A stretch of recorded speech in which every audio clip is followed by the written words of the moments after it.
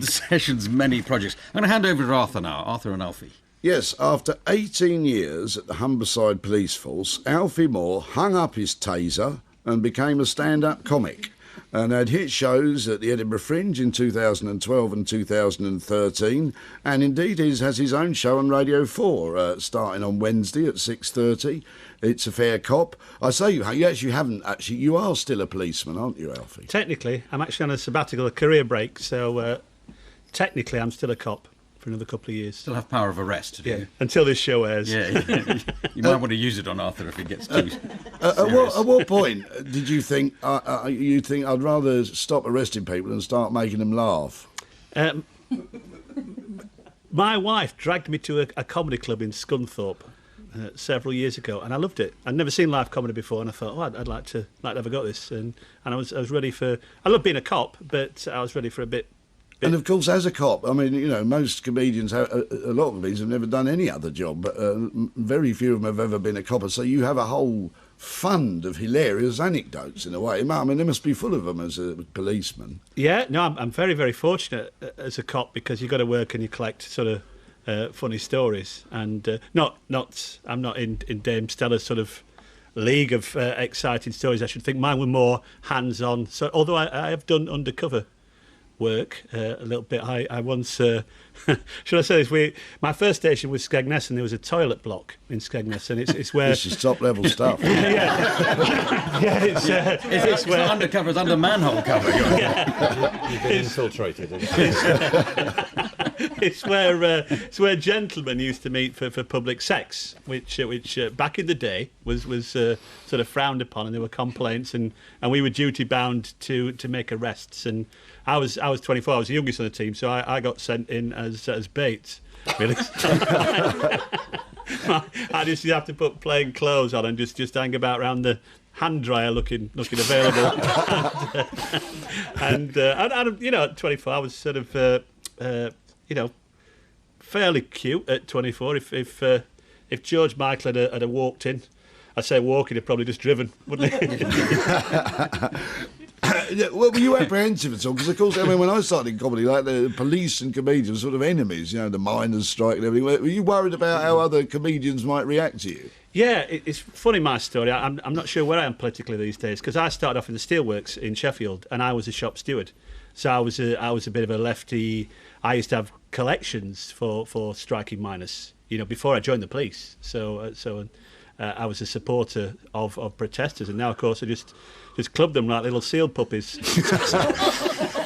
Sort of gone full circle, really. You sort of tread a thin line between criticising the police and endorsing them as well, I suppose. It's quite a sort of tricky area for you, I imagine. It is, and I don't have to get clearance like Dame Stella does for my stunt. Not yet, anyway. They've been very good. They've been very trusted and left me to sort of do. What have your fellow coppers made of your act? Have they come to see you? Yeah, if I do shows, you'll always get cops turning up to sort of have a look at the sort of stuff I do. I think they quite like, and I think the public quite like the fact that we're supposed to be open and honest as an organisation. So I think it's a good form of community engagement, if you like, to see sort of the real face of how would you compare the average comedian with the average copper? Good question. There are similarities. It's any job I've worked in. There's been people that I like and people and idiots, and that's the same in any profession. That's the same in the police. I've been embarrassed working with some cops I've worked with in the past, and some are as good as gold. Now, your radio series, It's a Fair Cop. First of all, let me ask you, is it true? I was once told by a solicitor, if you're arrested, it's a good thing to say to the arresting officer, "It's a fair cop, Gov. I've been done up like a kipper, banged to rights and no mistake." And then the copper has to read this out in court the next day, and of course, sounds like an idiot, so you get off. Yeah. But, I wouldn't. No, I wouldn't say that.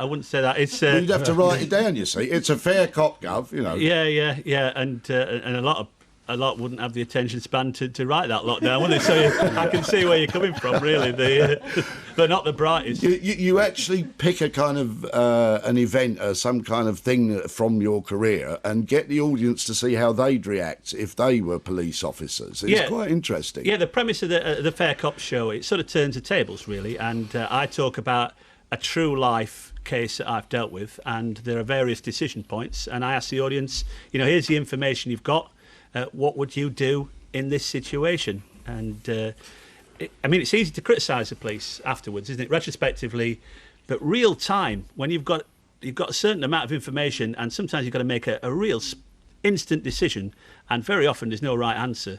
So it's sort of, it's nice, I think, for people to appreciate that as well. You set up a scenario where an 80-year-old woman's been arrested for stealing a tin of salmon and etc. And you get the audience, and then you invited the audience, the Radio 4 audience, to make confessions of their own. I was quite surprised by some of them. Yeah. If they'd stolen, there were quite a few of them who were really kleptomaniacs, it seemed. Yeah, there is one or two. Did you not consider arresting them before carrying on with the show? Yeah, it is a bit sort of legal. It's a bit dodgy, isn't it? Because some of them were as good as signed confessions. But yeah, I think, and that's something that most people can relate to. Normal people in Woolworths, you wasn't that wrong side of the tracks if you had a raspberry ruffle from Woolworths when you were a kid. My dad was a copper, a PC Sid Smith right. of the Metropolitan Police. A famous, the family joke was he only ever arrested one person. He didn't really like arrest, and that was a woman, a drunk woman who grabbed hold of him outside the Old Vic and demanded... And insisted. Yeah, more or less, insisted first that she kiss her and then that he arrest her. I imagine this is sort of par for the course. Some people, absolutely. If you stand outside it's only a drink, bless them, but if you stand outside nightclubs, sometimes you'll have somebody approach you, they'll see a uniform, they'll be drunk, and they'll see an authority figure, and they'll be in your face, and they'll be shouting and effing and blinding, and you'll say, listen, fella, get yourself off home or I'll arrest you. 10 warnings later, they're still doing exactly the same. And you may as well just give them the keys to the van and say, go let yourself in the back. Because they don't. And as soon as you say you're under arrest, they look completely surprised and sheepish. And you say, I can't believe it. What have I done? So you're a 5-year sabbatical. Do you think you'll ever go back to being a copper, or are you now a comedian forever? Jury's out, really. It depends what happens in the next sort of year or so, I guess. But things are going very well. Very excited about the show. So it's looking less likely as time goes on. Well, I listened to the first episode, and it's very funny. Alfie Moore's It's a Fair Cop starts on Wednesday at 6:30 on Radio 4. And good luck with it, Alfie. Thank you. And please don't arrest me afterwards. Thanks, Alfie. I was actually doing a gig once where the open spot was arrested by plainclothes police at the end of his gig. Apparently he'd advertised it and he was a wanted man or something. Which is what I call a big heckle. OK, well, thank you, Arthur and Alfie.